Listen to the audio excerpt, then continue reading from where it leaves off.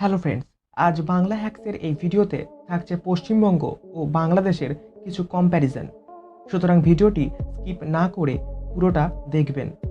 1947 সালে বেঙ্গলকে ওয়েস্ট বেঙ্গল এবং ইস্ট বেঙ্গলে ভাগ করে দেওয়া হয়।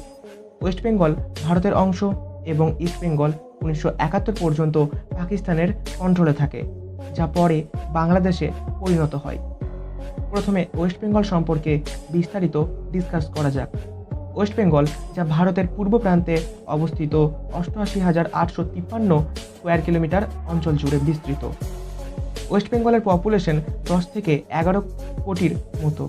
ধর্ম বলতে এখানে প্রায় 70.5% হিন্দু, 27.1% মুসলিম এবং 1%-এর থেকেও কম শিখ ও খ্রিস্টান বসবাস করে থাকে।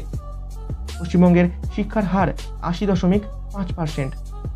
এবার দেখব পশ্চিমবঙ্গের জিডিপি, যা 2021-22 বর্ষে 15.36 লক্ষ কোটি টাকা ছিল, যা 2022-23 বর্ষে 17.13 লক্ষ কোটির সম্ভাবনা রয়েছে। ওয়েস্ট বেঙ্গলের পার ক্যাপিটা ইনকাম $2,000 এবং 21% মানুষ গরিবী রেখার নিচে অবস্থান করে। পশ্চিমবঙ্গে মোট 2টি এয়ারপোর্ট রয়েছে এবং প্রায় 563টি রেল স্টেশন রয়েছে।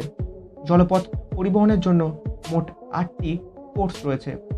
সবথেকে উল্লেখযোগ্য Haldia, Victoria Memorial, Sundarban national park, Howrah bridge, royal Bengal tiger প্রভৃতি ওয়েস্ট বেঙ্গলের দর্শনীয় বিষয়।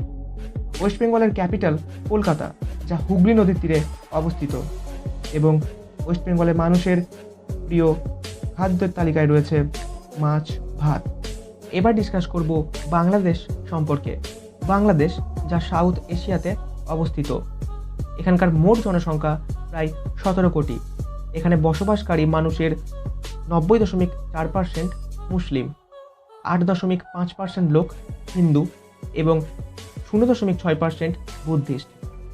বাংলাদেশের রাজধানী ঢাকা, যা বুড়িগঙ্গা নদীর তীরে অবস্থিত এবং বাংলাদেশের একটা ইন্ডাস্ট্রিয়াল হাব। এবার আমরা বাংলাদেশের জিডিপি জানব, যা খুব দ্রুত বৃদ্ধি পাচ্ছে। বর্তমানে $412 বিলিয়ন।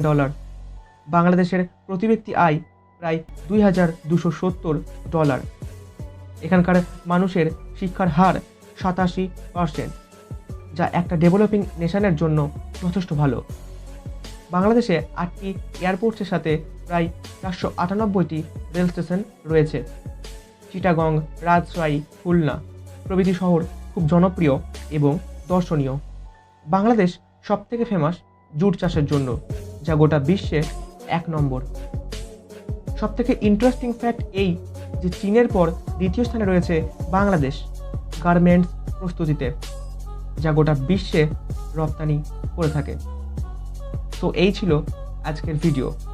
কেমন লাগলো তা অবশ্যই কমেন্ট বক্সে জানাবেন এবং ভালো লাগলে একটা সাবস্ক্রাইব এবং লাইক অবশ্যই করে যাবেন।